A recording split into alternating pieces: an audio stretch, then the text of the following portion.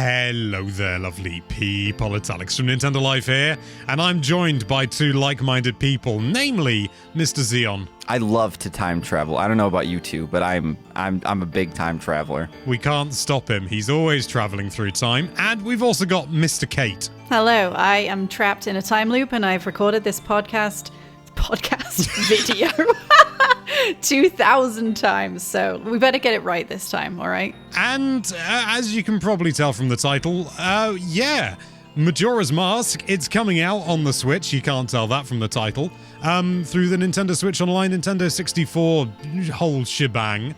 And the three of us, I thought we'd get three people on so there'd be a variety of opinion. But no, all three of us pretty much feel the same way. We prefer Majora's Mask over Ocarina of Time, and that's because we're right. I do want to point out that was Kate's idea for the title. No! Whoa! I thought that was my idea. Hey, don't give Kate the credit for my brilliant, perfect, flawless idea that everyone's gonna love in the comments down below. Yeah, it was Xeon's fault. It wasn't me. No, actually, it was my cat Cobweb's idea. If I see any Cobweb hate, I'm going to be furious. Anyway, so basically, yeah, we prefer Majora's Mask. I mean, personally, I think that Ocarina of Time, if you look at it as objectively as one ever can look at a piece of art objectively, you look at them side by side, I think that maybe Ocarina of Time is the more rounded, the more sort of just overall, I would say, as far as objectivity can go, it is the better game, but I still don't like it as much.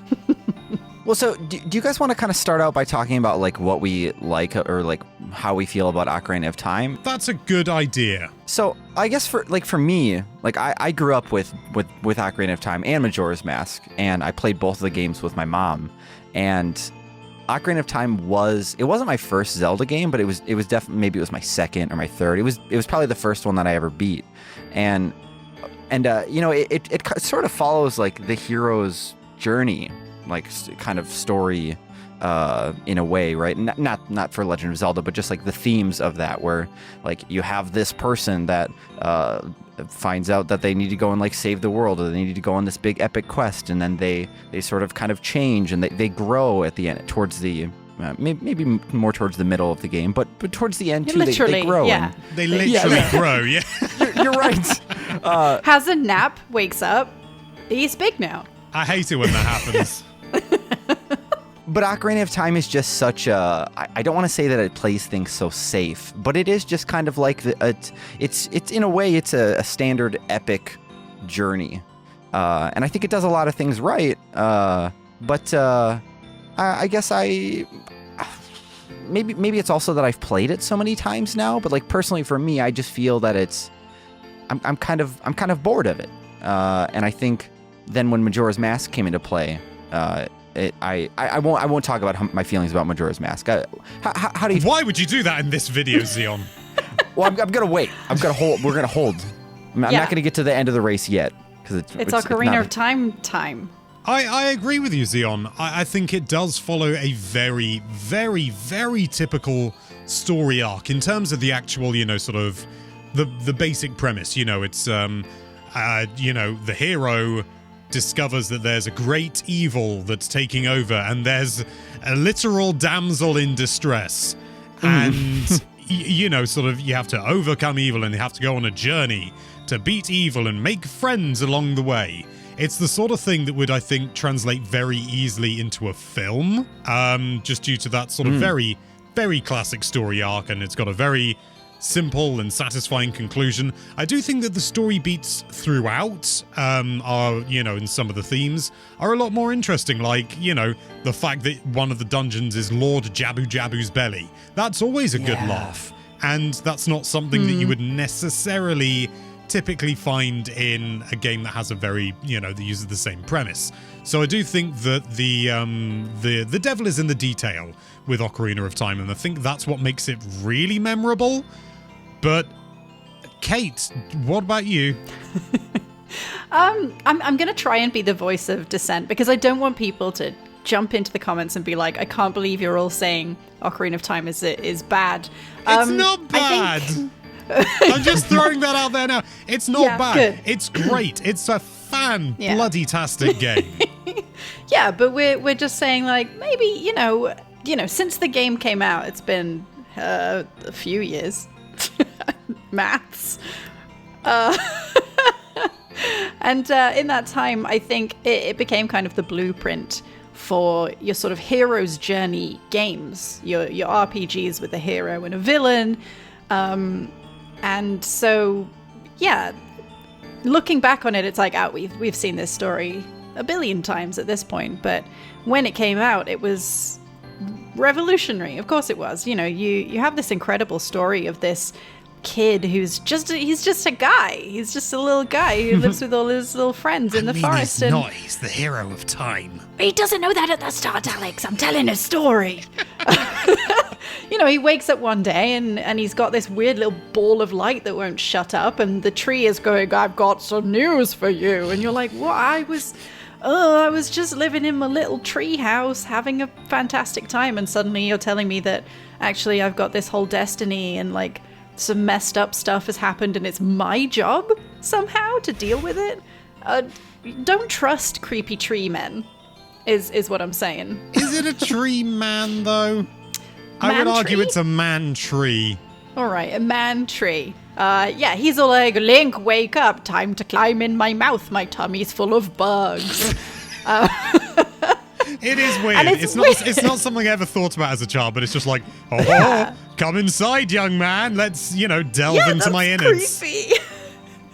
And then he's like, you've got to get some gems from some other creepy men. And, you've got to go up to the Dodongo's cavern and kill their special god because he's angry. That's right. And then you've got to go into another fish's mouth. Why is there so much mouth Why is stuff? it another fish? The Great Deku Tree, we can argue about whether he's a man tree or a tree man. He's not a fish. He's not a fish, no. I meant another mouth belonging to a large fish. There's a lot of, oh no, there's something bad in my tummy. Something has to go into my mouth. Because Dodongo's also, you throw the bombs in his mouth. This is a side tangent, but it's still related to the game. Anyway, it's a really good game. I like it a lot. But okay, so why do we think that it's not as? We're probably going to fall into the trap of saying, that Majora's Mask is better. But I think we're all agreed that it's merely a personal preference, isn't it? I want to get that out there. Interesting. It's that we prefer it. It's not that we think it's a better game. We simply prefer it. I think this is a good time to introduce the analogy that I've been using in our work chat that keeps getting everyone very angry at me, which is that Ocarina of Time is a beautiful, lavish, like 100-pound steak dinner. That's pounds the money, not the weight. That's too much steak. But it's and 3 Majora's courses, Mask, isn't it? You get the lovely starter, the main course, and then a wonderful dessert at the end. Exactly. It's perfect. It's beautiful. Yeah, but they it's keep fancy. bringing out little bread rolls of side quests. Yeah. Ocarina of Time? No, it doesn't. You have some side What? quests. There's the fetching and the long sword thing. The happy Like, mask that's a big salesman. baguette. And it never ends. It just takes forever. Yeah, that bit kind of Yeah. sucks. But old games did stupid things. You're right. It's Sorry. fine. Sorry, go on. Majora's I'm Mask, sorry. in this beautiful food analogy, is like a Five Guys burger. Have you had Five Guys, both of you? Yeah. What, in the past hour? No. The thing with the Five Guys burgers is that they sort of just throw it in the bag and rub it with grease and then throw chips on top of it, and it's like, it's dirty, it's messy, it's beautiful. Yum yum yum yum yum. I do prefer when we had the version of the analogy where it's a dirty kebab after a night of drinking, but I do think that's quite an Anglo-centric thing.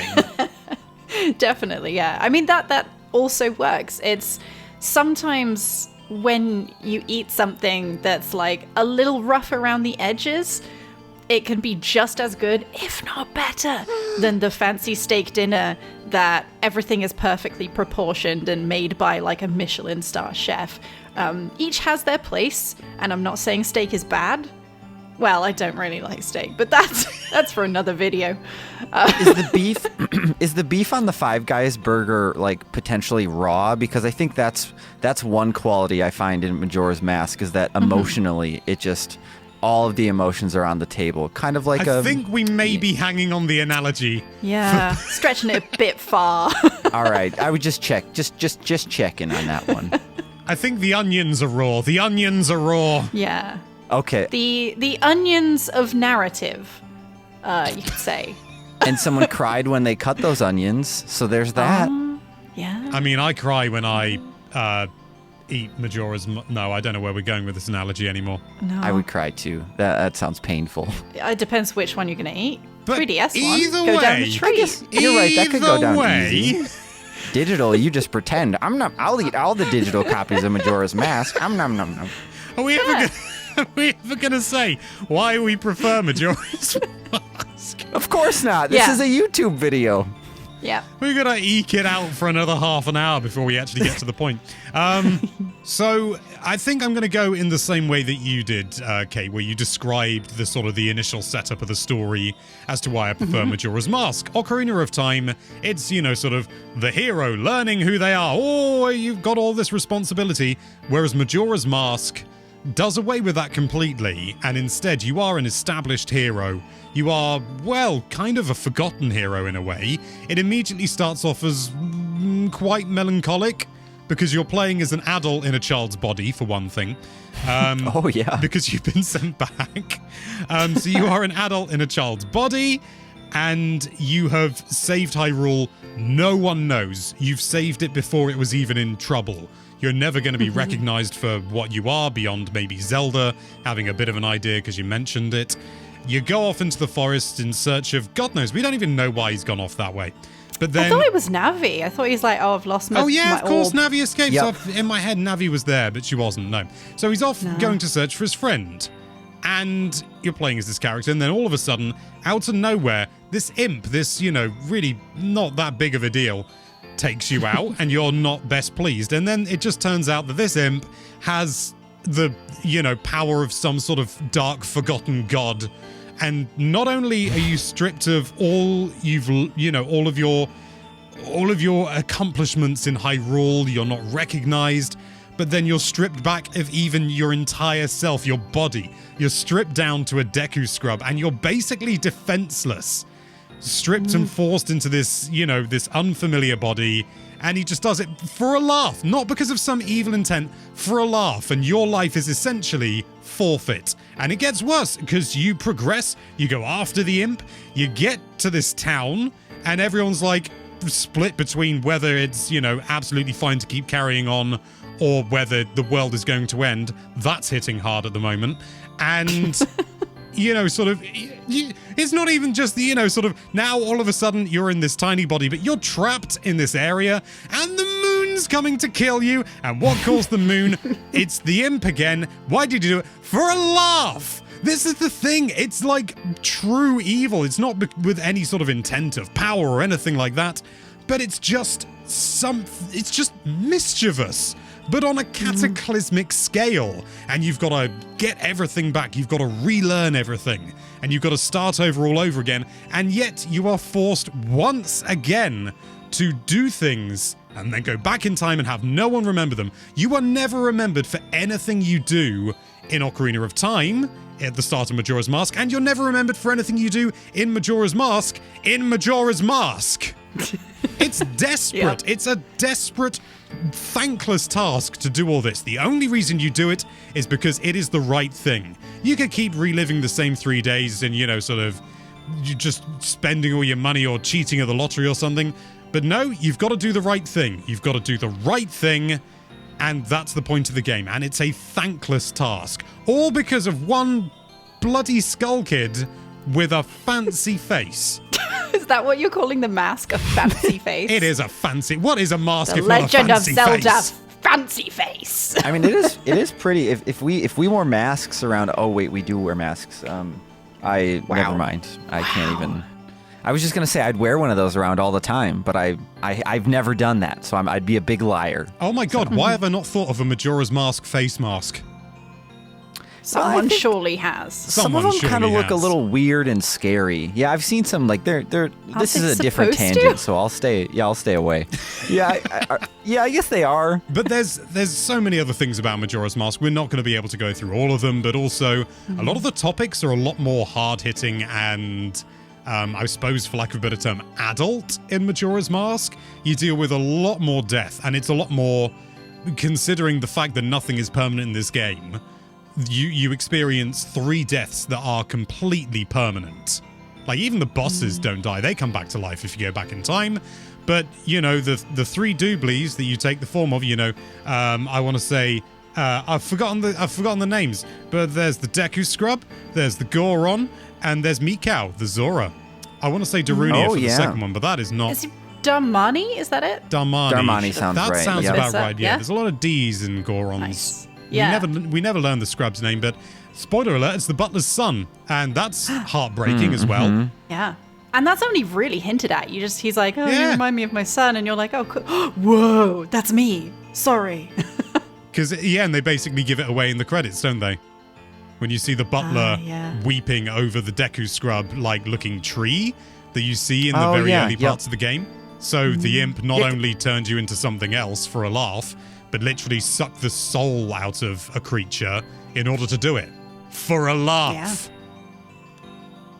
Well, I think that's if I can go on for a second. I think for me, like that's the thing that I find so incredible about this game is that you can be a kid and kind of, you know, like I was. You can run through this game, and on the surface there's still already so many like deep and dark and sad and ominous moments in the game that are unlike Ocarina of Time. But then when I grew up and I came back to revisit this game, I was realizing, you know, like watching weird like creepypasta YouTube videos and conspiracy things where people break down the way that they think the story went, and you know they talk about the stages of grief and I don't want to get into too much spoiler territory because I feel like a lot of people are going to be playing Majora's Mask for the first time now, and I hope they do.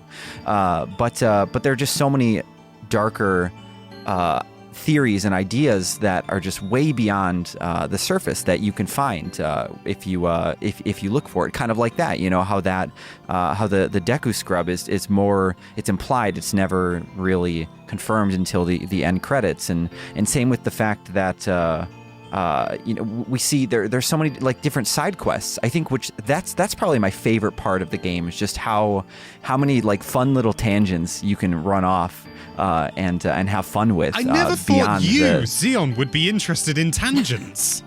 I think that's why I used that word here. Is just it's that the word tangent isn't used in my normal dictionary, but but in this instance it is. But I think that's what I found so much fun about Majora's Mask in comparison to Ocarina of Time is like it's fun to go and roam around the overworld in Ocarina, but eventually it just becomes kind of the same old thing. But in Majora's Mask, you have this full town that you can go run around and explore, and with the clock, it's like it's always changing. And if you happen to be in this one part of town during I don't know, it's like 8 p.m., you might find or like if it's 12 p.m. you might find a dude running around with a big bag of bombs in his backpack and if you can defeat him, I think the bomb lady or the lady that runs the bomb shop in town, she'll now be able to sell you like a special bomb mask. But if you accidentally shoot his bomb bag, he'll blow up and die, and then you won't be able to get the mask because all the bombs are gone,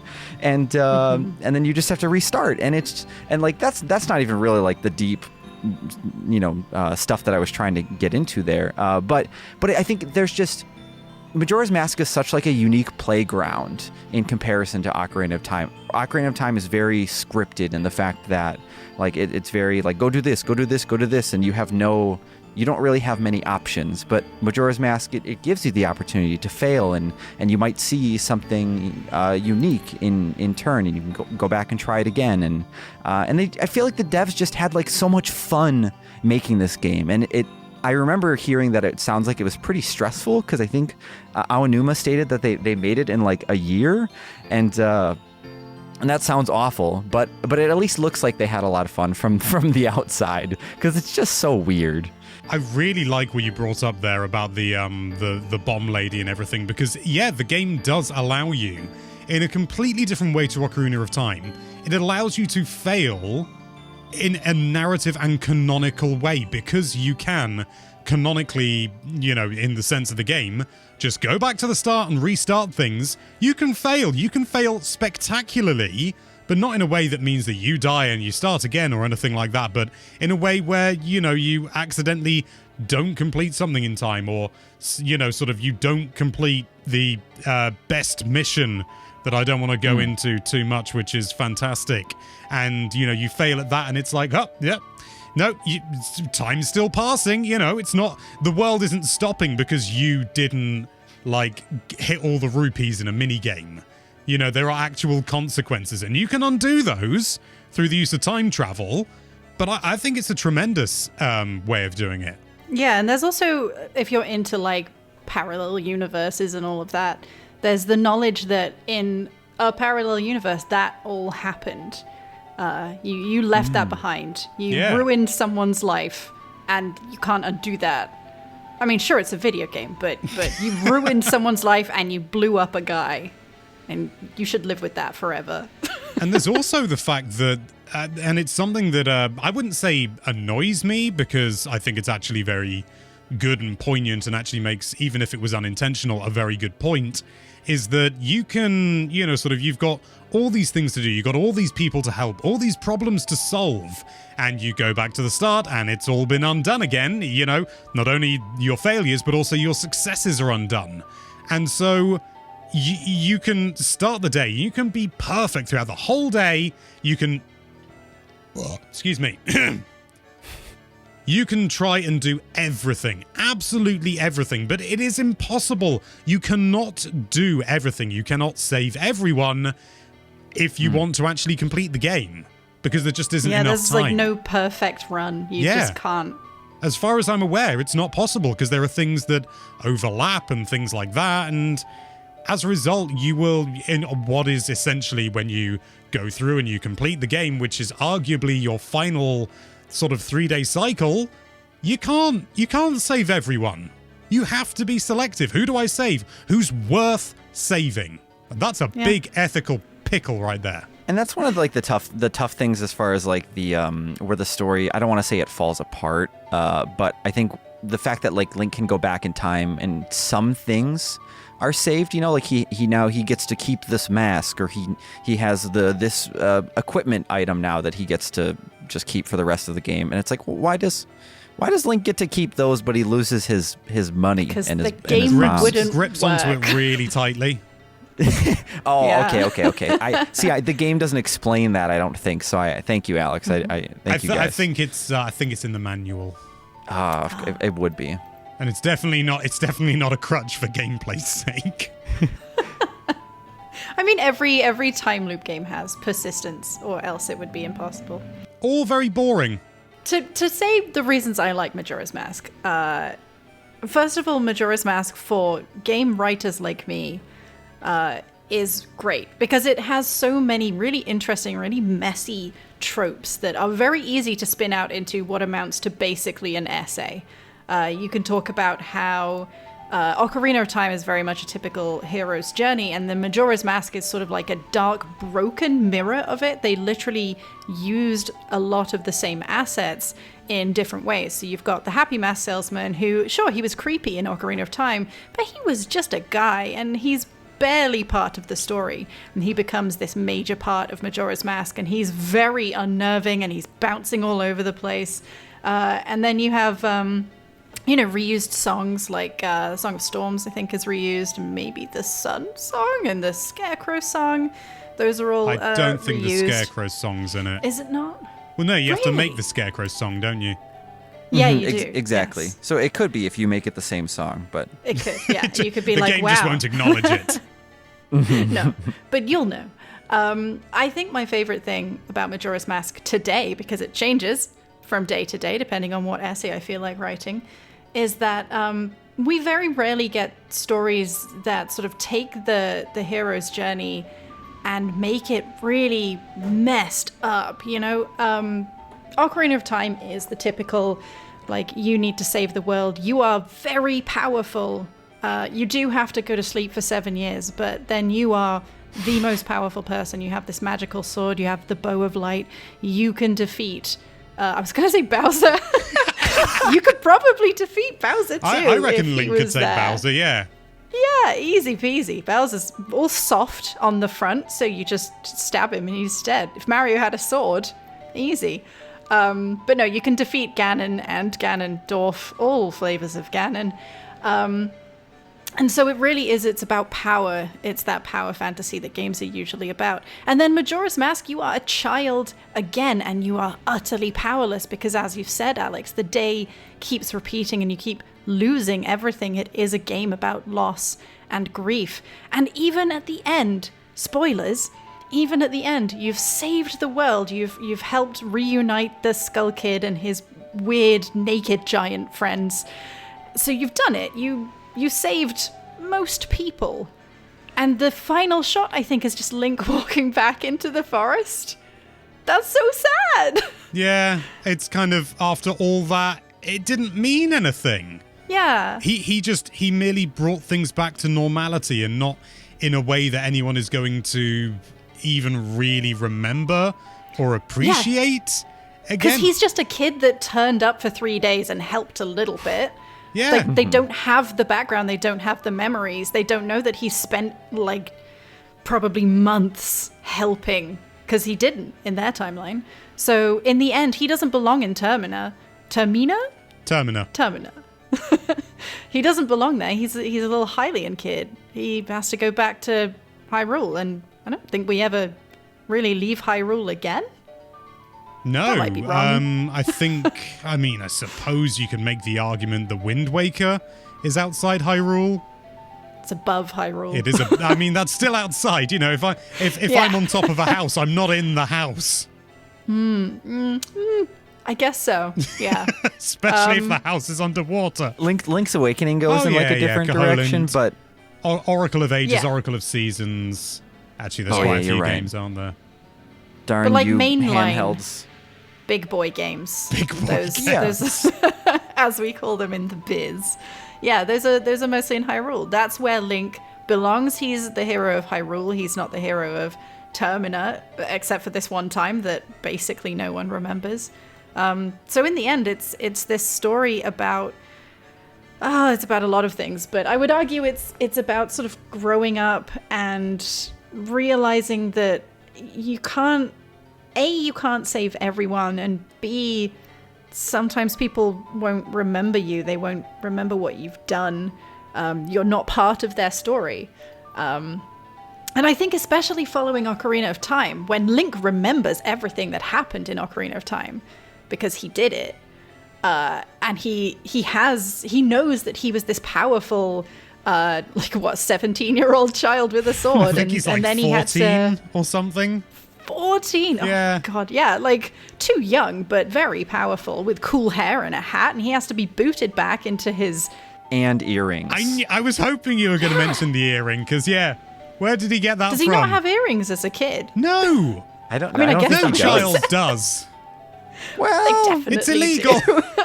well, some parents get earrings for kids, but Yeah. Link doesn't have parents anymore, so Yeah. you know. And also it implies that someone snuck into, like, the Temple of Time while he's, like, passed out on the floor and was just like, make him look pretty. I bet it was Ganondorf. Let's give him the yeah. blue ones. They should have given him more piercings. Like, imagine if he woke up with, like, an eyebrow piercing. I don't if it- want to picture this, Kate. I just don't want to picture it. If Ocarina of Time was developed in like the year 2001 by Squaresoft, my God, yeah. I think he would have had an eyebrow ring. And a skateboard. Yeah, exactly. I did still want to fun. mention that I really like the idea that you brought up about kind of like Link being the hero of Hyrule and not like being the hero of Termina. And I've never thought about it that way, that like maybe Link was never maybe Termina was destined to fail, and Link, found a way to continue, trying again and again, and it was this place that was impossible to let it survive. It was destined to blow up, and but part of this,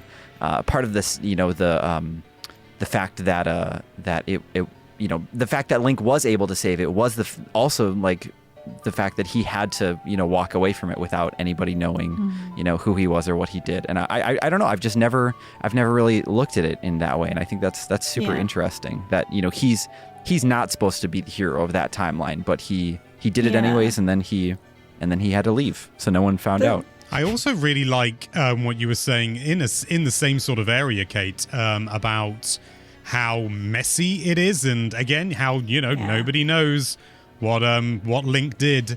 And it's actually, I mean, not completely the same, but surprisingly similar beats to The Lord of the Rings.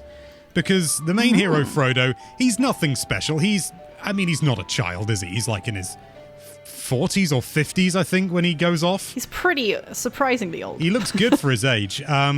And he goes off, he's not, you know, sort of, and he's not the only thread in the story. All these threads have to come together in order to culminate in, and it is very messy. The story of The Lord of the Rings is very messy, all things considered. Not in a way that, in a sense that it's poorly written, but in the sense that a lot of things have to go right, and more importantly, a lot of things have to go wrong in order for things to pan out the way that they do. You know, if they hadn't been foolish enough to be followed by Gollum, or if Gollum had been killed in Cirith Ungol. Was he tortured in Cirith Ungol? I think he was not having a good time. I just meant specifically, was it Cirith Ungol or was it somewhere else? Oh. We'll say Mordor. I don't know. He, you know, sort of, they never would have been able to get into Mordor. A lot of things had to go wrong. And when they get back to the Shire, I know it's different in the books, believe me, because you have the scouring of the Shire and things like that. But when it's complete, the ring has been destroyed. They get back, no one cares. No one even really knows. They just go back to their normal lives. They're like, Frodo, where have you been?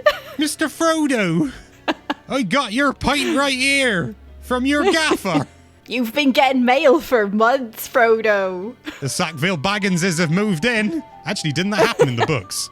The Sackville Bagginses moved into Bag End, or am I misremembering? Well, no one else was using it. Might as well. Well, I mean, yeah, I suppose, but at the same time, rude. Yeah. I want to sort of address or add on to the points that Zion was making about, Link being the hero of Hyrule. He's not really supposed to be in Termina, and Termina maybe was destined to get messed up by a moon. I mean, it is one letter away from terminal. What did they expect? I think an interesting thread to pull on there is that Hyrule is trapped in this like loop of hero versus villain. It's always Ganon, it's always Link, it's always Zelda, it's always that bloody triangle or something similar to it anyway. That bloody triangle's gonna mess things up again. He's gone and stolen the shape again. But Termina there isn't this kind of malice Sorry, to can it. I just say golden Toblerone? Yum. I mean, if it was a Toblerone, I'd steal it. So, get wrecked. Starting to empathise with Ganondorf a bit more now. Would you then eat it too? Yeah. Yeah, to get the power. Termina, on the other hand, is about to be destroyed by a moon who, yes, has an evil face, but the moon itself is not evil. The moon has no feelings about this. We don't ever get to meet the moon. We get to stand on his face, but we don't get to meet him. He is not a villain. No, you don't stand on the moon, you go inside the moon. Oh, that's inside the moon, yeah. Is it? Interesting. I feel like I should have known that. Well, honestly, I don't think I knew that, but I will say someone stands on the moon, so I could see why you would think that. Yeah. Do they? Yeah. Who? One doesn't he? Oh wait, maybe he doesn't stand on them. Oh no, he's on the clock tower. Not the clock tower, but the I'm pretty sure it's the clock tower. Yeah. Yeah. He's floating next to the moon.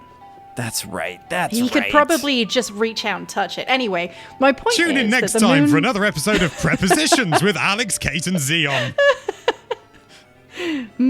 With, inside, beyond, who knows? Anyway, the moon looks scary. The moon is not a character. The moon is not evil. Skull Kid technically is setting events into motion, but he's not trying to kill everybody. He's just lonely. Majora, arguably, definitely evil, but not really a big part of the story. Like, he pops up in the end and he's like, "Oh, I'm a squid monster." Majora is female. Really? Yep. I'm learning all sorts of facts. Well, she's evil, and she's got all the tentacles, and she's like, "What are you gonna do?" I'm spinning. Unlike Ganon, there's no person that's like seeking an item against Link. It's just that Link is there. Majora, she is basically just possessed Skull Kid feeding upon his need to have friends. And he's sad because his friends are busy doing giant things. So Link's being there is just, it's incidental. It is not a hero versus villain story. It is a sad boy gets possessed by an evil lady and the moon is there too, for reasons. What a succinct way to describe the plot line.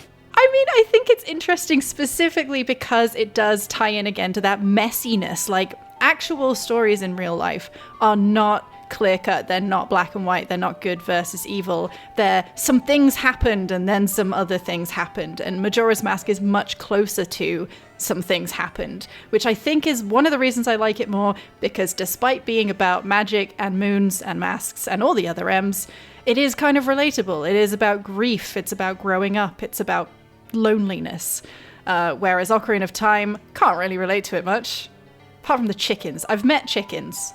I can relate to that bit. They're cuckoos. They're chickens. They're basically chickens.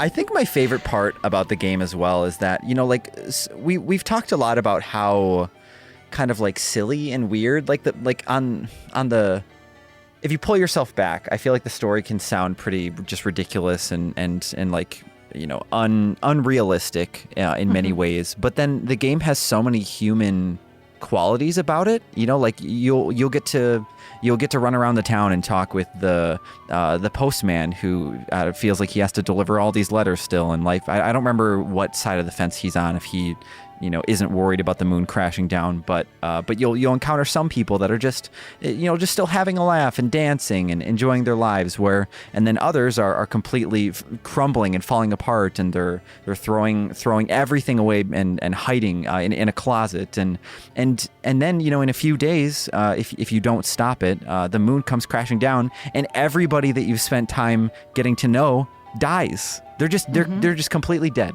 And in Ocarina of Time, you know, we meet people throughout the course of the campaign, and some of them stick around, but most of them, they, you know, we chat with them and then they go away. But it feels like you have this common goal where, like, everybody in Ocarina of Time, like, you usually need something from them. You need to get a gem, or you need to get an equipment piece or something, and Majora's Mask, yes, it does reward you with you know, doing the different side quests still rewards you with cool stuff, but usually I feel like you would just do them to get to know the people and hear their stories and just to do the side quests because they're fun, or because you actually just want to help this person. And I think that is just what I love about it so much, is just that they're so, you know, kind of like I said, like we ended up talking about with onions. I just love how just raw and how deep the game is, and delicious, just how crunchy. Yeah, it just lets you experience all the feelings of the cataclysm without having to experience it yourself. And the music that's fun. too. Oh, the way the music yeah. evolves over the 3 days is chef's kiss. Mwah, mwah, mwah. Like it gets faster, it gets sadder in some bits. Maybe it even gets slower because it's like, you messed up. It gets everyone's jollier dying. in some as well. Yeah. In Clocktown specifically, it gets jollier over the days because they're sorting out the festival. Hey, you know, and that's the feeling in the town. But what you were saying, Xeon, about the you know, sort of people essentially crumbling.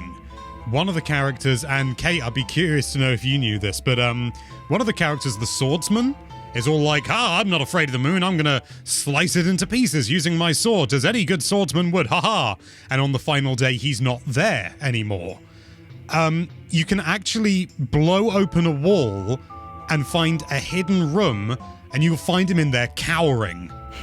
Aw. Were you aware of that, Kate? Because I wasn't until like 2 months ago. No, I feel like I know a lot about Majora's Mask, and you've just been smashing all of that to pieces. Like, she's a girl, actually, and I'm like, oh no, I'm a fake gamer.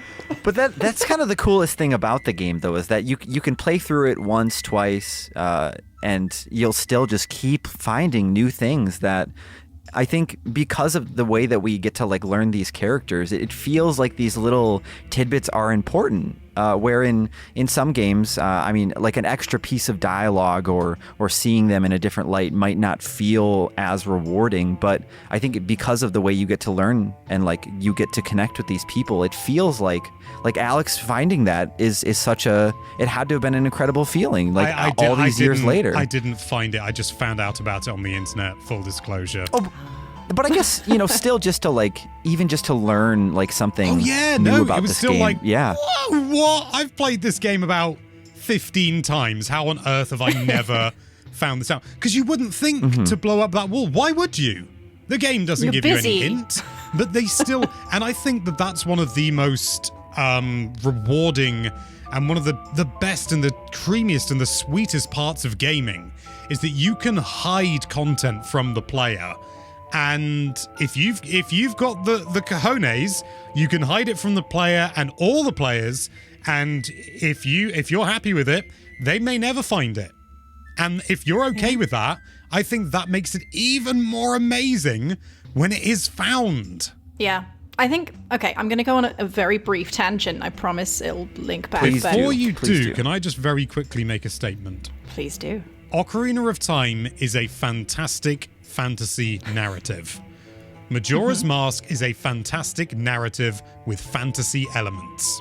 That's a good point. I do want to say, as a time loop game, Majora's Mask gets lumped in with Groundhog Day quite a lot. Groundhog Day, the film. My favorite game. Where I wish it was. Is it a game? No. Has it ever been made into a I think film? the fact that you said Groundhog Day, the film, made me think. Then when Alex said the game, it was. Oh perfect. No! Great joke. I'll tell you why I specified the film. So Groundhog Day, the film, the moving picture, is very much about one guy trying to figure out why he's stuck in a loop, and it's a comedy, so he's doing comedic things, and he gets to know a few of the people, but really the cast is not that big. The people are not really the point of Groundhog Day, the film. Now Groundhog Day the musical, which is there was a really musical. good. It's really good. Lyrics by Tim Minchin, so it's also got very good lyrics. It focuses more on the cast. It focuses more on the individuals that he meets and gets to know and helps. And the musical, way more than the film, is a lot like Majora's Mask. That in meeting these people and finding out more about them, he realizes that maybe his purpose is to improve these people's lives as much as he can in one single day. And I think that Majora's Mask does try to do that same thing. I mean, yes, you're helping them out for masks as well as just the satisfaction of a job well done. But like you say, I think Alex, you said this, or maybe it was Jan, but one of you said it.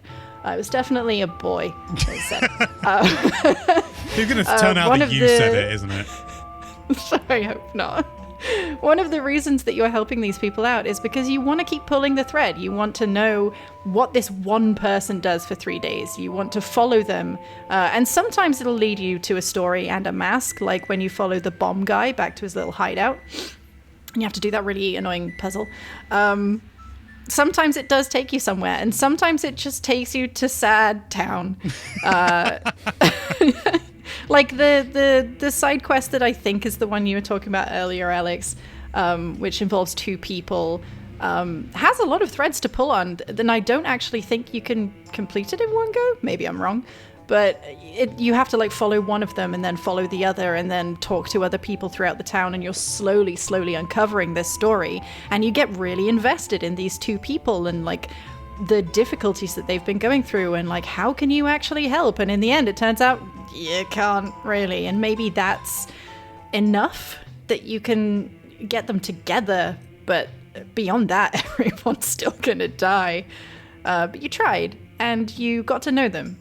And that counts for something. Like, it's not so much a video game thing of like, and you got the thing, although you do technically get a mask. But it's more like, you know, you got a story. That's not something that you can, like, store on a shelf, but it's something you can store in your heart. No. I think it all boils down to all the different threads, all the different side quests, all the everything, the thing with Darmani, with Mikau and all that. It all boils down to acceptance. And I think that's the biggest theme throughout the whole thing. Mm-hmm. Whether it's acceptance of death, whether it's acceptance of reality, or so many other things, it comes down to just accepting that sometimes this is just how things are, and you've got to make the most of it. Yes. And also you should watch the Groundhog Day musical. That I don't think is a theme in Majora's Mask. It's not one they intended, no. I do want to watch this now, though. I've never even watched the actual, the motion picture, so I need to do both of these. Yeah. And to top it all off, Ocarina of Time's got none of that. Yeah. Take that. It's only got that classic video game of masks. That's beloved by everyone, and for damn good reason. Yeah. You're not sad enough. Yeah. And I think that's, you know, all of these themes, all of these things we've been discussing, I think a lot of them, and certainly we haven't even talked about gameplay. And there's so many. Oh. That's another thing entirely. But I think that it's the sort of thing where I think a lot of people can approach it in exactly the same way with an open mind and not enjoy it. And I think that's okay. It's one of those things where it's, you know, it's something that's it's very exciting. It's very bold and brazen. And not everyone's going to want that. Not everyone wants a really spicy curry. But if you want a really spicy curry and you get one that's, oh, this is a nice curry, but then you have another one and it's really spicy and arguably maybe it's a bit bitter or, you know, it's not got as, you know, the decent consistency. I'm stuck on food. I'm quite hungry. Yeah, same. You know, it's a preference thing. Extremes are, you know, really sought after for some people, but some people, it's a bit much. I feel that way with cheese. Still on food. Mm-hmm. It is lunchtime for me. And that's okay. If anyone has made it to the end of this discussion podcasty style video, long. And congrats to you and thank you. But also, if you've never played Majora's Mask before, you played it years ago and you didn't make it very far, and you want to give it a shot again, I would say sometimes when I play video games, I feel tendencies to sort of kind of rush my way through it, or just because, you know, the backlog is so huge that there's other games that, you know, I want to play that I don't always, you know, if I get stuck, I might look up a guide or something like that. I think with Majora's Mask, if you can, try to just give yourself some time and reward yourself with some patience for the game, because the world, I think, just getting lost in it and discover, kind of like what we've been saying this whole time, is that it's just the meat of the game. The real joy is just to get lost in the whole thing and to meet these people that you maybe don't have to talk to, but they kind of just, they make the overall experience so much better. So of course you can rush through and you can do all the dungeons, of course not in one daytime sitting, but just take your time and talk to everyone. Maybe go sit around and stalk someone in the game and see where they go over, you know, the course of 2 or 3 days, and just have some fun with it, because I think that's, to me, I think that really is just why I love the game so much, is because of how much time I've spent in its world and how much I've gotten to know its inhabitants. And if you ignore that aspect of the game, I think you will have a significantly worse time. And I'm not saying that the rest of the game is bad, but just give the game some time. That's all. Give it some of your time. And give yourself some time by playing the Song of Time backwards. Oh yeah. That for anyone who doesn't know, that done. slows down the timer in game. It still flows, but it goes at like half speed or a third speed. I can't remember.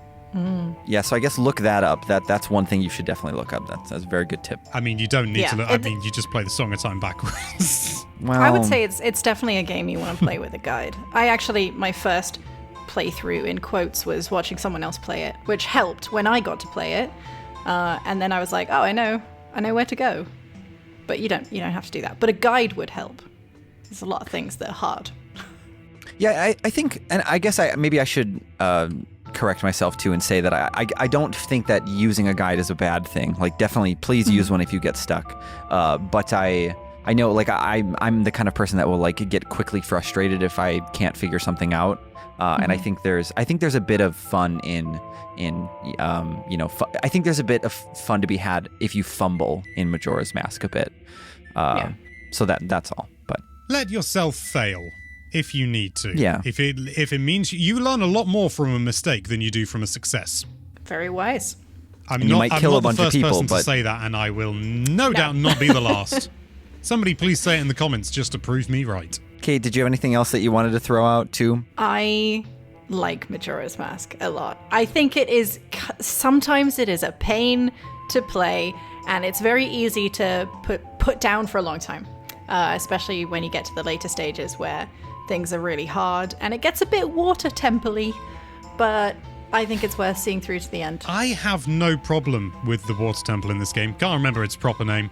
I have no problem with it. The stone temple is the one I'm thinking Oh, of. I love that. Oh, it's so good. Oh, it's like no. they took the twisted corridors from the forest temple and made an entire blooming thing of it. Oh, that's right. Yeah, it's cool. It looks great. It's just annoying. It's got great music as well. The snow temple is the one that bothers me the most. The pillars, ugh, get me out of there.